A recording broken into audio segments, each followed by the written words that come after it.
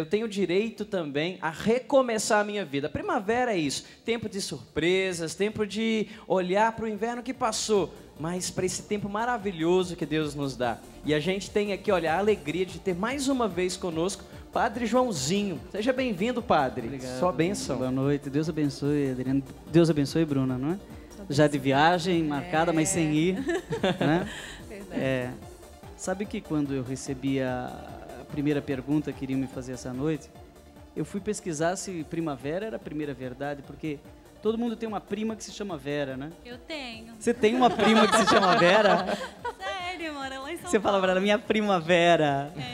Inclusive, quando, eu tenho uma música que se chama Primavera, quando a gente foi fazer a gravação dela, a gente gravou num DVD, eu fiquei hospedada na casa da minha primavera. Foi Ai, que chique. verdade.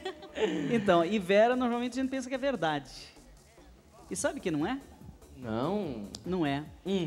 Esse Vera vem de verão. Então, só que eu fui ver que no sentido etimológico, primavera seria o primeiro verão. Olha que bacana. É a primeira estação. Eu fui ver na Bíblia, tem só umas 15, 20 vezes a palavra primavera. A primeira é no Deuteronômio, então diz, na primavera e no outono vieram as águas. Depois em Joel repete a mesma coisa. Águas da primavera, a gente fala águas de março aqui, né? Na Bíblia fala águas da primavera, é um tempo das águas. Então seria um tempo de Pentecostes, um tempo de renovar, um tempo das flores, um tempo da vida. E nas estações do ano, na verdade, ela é a primeira estação. Por isso é primavera, o primeiro verão. Né? O primeiro tempo bom. Verão, a rigor em veranum, em latim, significa tempo bom. Não é? Porque o inverno era tido como tempo ruim.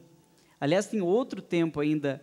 Nos romanos eram 5 estações, né? Tinha um tempo do hiato, quando não tinha nada. Pior que o outono. Nossa né? Senhora. E o verão era o tempo Pior que bom. o outono aí já estava lascado. É. Esse ato era entre o outono e o inverno ou entre o verão e o É um hiato ali entre o outono e o inverno. Né? O hiato não tinha nada mesmo. Né? Agora também houve tempos em que só tinha 2 estações. Mas no século XVII se começou a cultivar no mundo inteiro a cultura das 4 estações. E qual é a primeira?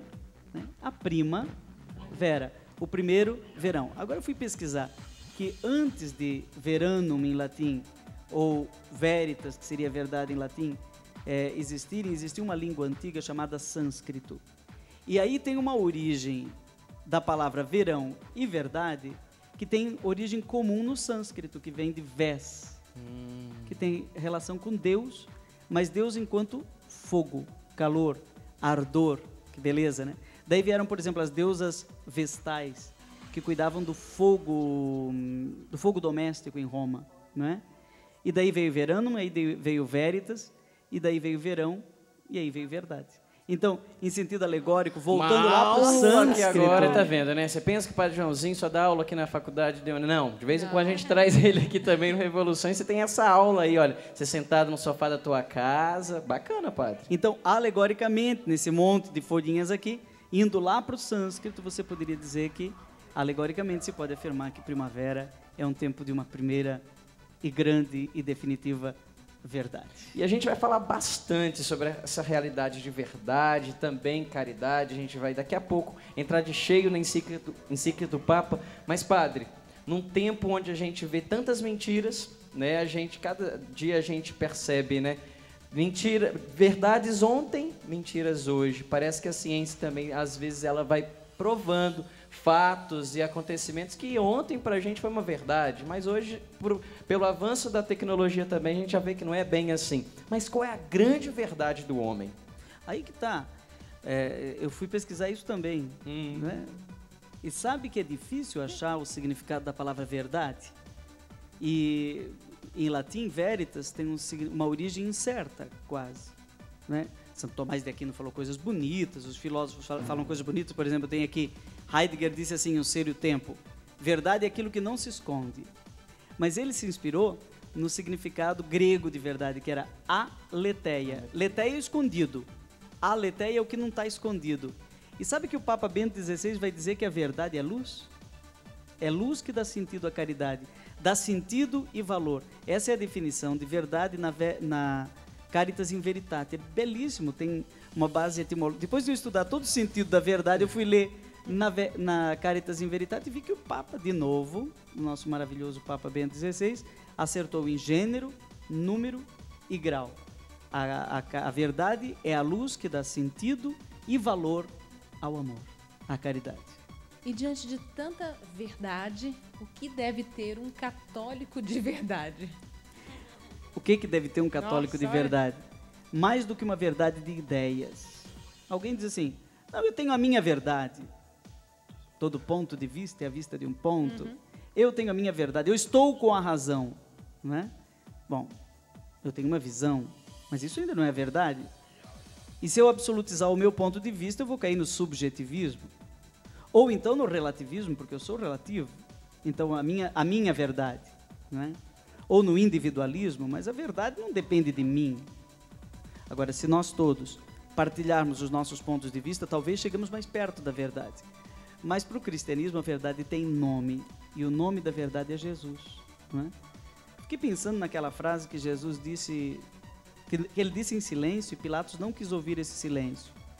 Quando Pilatos disse assim, mas o que é a verdade? É verdade. Quid veritas est, em latim. Ele certamente falou latim, né? E Jesus poderia ter feito uma mistura de palavras, uma sopa de letrinhas e respondido com as mesmas letras para ele. É aquele que está diante de ti. É este que está aqui diante de ti. Mas Pilatos não teve ouvidos, nem tempo, ele já, diz a Bíblia, que ele deu as costas e foi fazer outra coisa. Ele não parou. O nosso mundo faz isso, dá as costas para a verdade, né? E vai buscar a sua verdade, né? Num tempo de relativismo e num tempo de subjetivismo em que a busca da verdade acaba deixando os jovens frustrados, porque ele acha um monte de verdades mentirosas, né? Ele acha um monte de ideologias. É isso que o Papa Bento XVI denuncia com muita clareza e com muita ternura, com muita verdade, mas com caridade, na Caritas in Veritate. Padre, a gente vai aprofundar mais nesse assunto daqui a pouco, mas eu queria que o senhor já deixasse aqui, olha, assinado para você ir de casa, este livro que a gente está sorteando. Muito numa bom promoção. esse livro. E aqui o senhor fala também dessa realidade de liderança, muito dentro daquilo que o Papa vai trabalhar na encíclica, né? Que ele fala dessa liderança que nós precisamos ter, mas de caridade e também de verdade.